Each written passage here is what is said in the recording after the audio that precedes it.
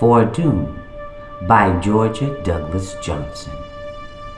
Her life was dwarfed and wed to blight. Her very days were shades of night. Her every dream was born entombed, her soul a bud that never bloomed. How It Feels to Be Colored Me by Zora Neale Hurston.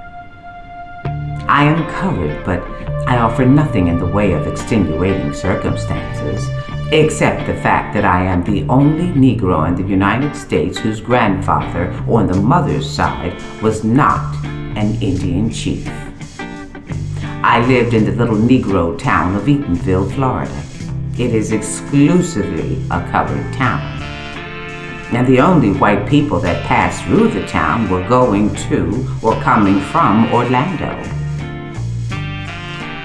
They were peered at cautiously from behind curtains by the timid, and those that would venture outside would watch white folks go past and got just as much pleasure out of them white folks as I did.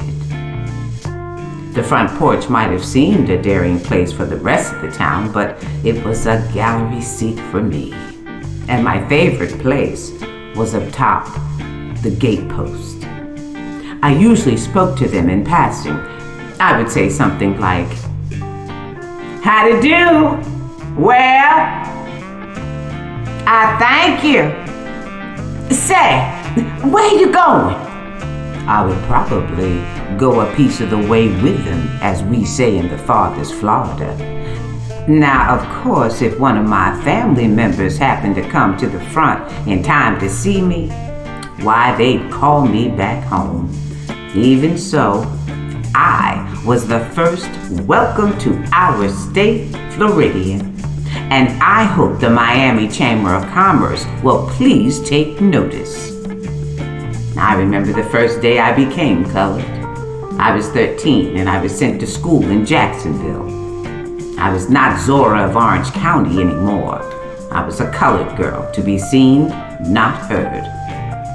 Someone was always reminding me that I was the granddaughter of a slave.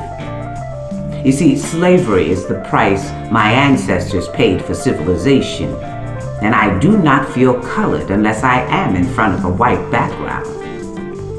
At certain times, I have no race. I am me and turn to jazz.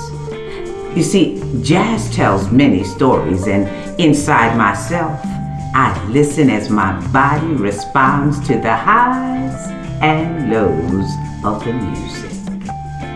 Now, when the show is over, I tilt my hat and saunter down 7th Avenue feeling good. Sometimes I feel discriminated against, but it doesn't make me angry. I mean, how can anyone deny themselves the pleasure of my company?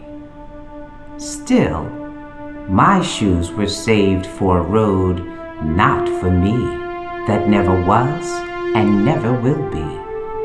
And I wonder why. The Heart of a Woman by Georgia Douglas Johnson. The heart of a woman goes forth with the dawn, as a lone bird soft winging so restlessly on. Afar over life's turrets and vales does it roam.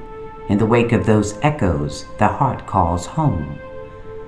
The heart of a woman falls back with the night and enters some alien cage in its plight, and tries to forget it has dreamed of the stars, while it breaks, breaks, breaks on the sheltering bars.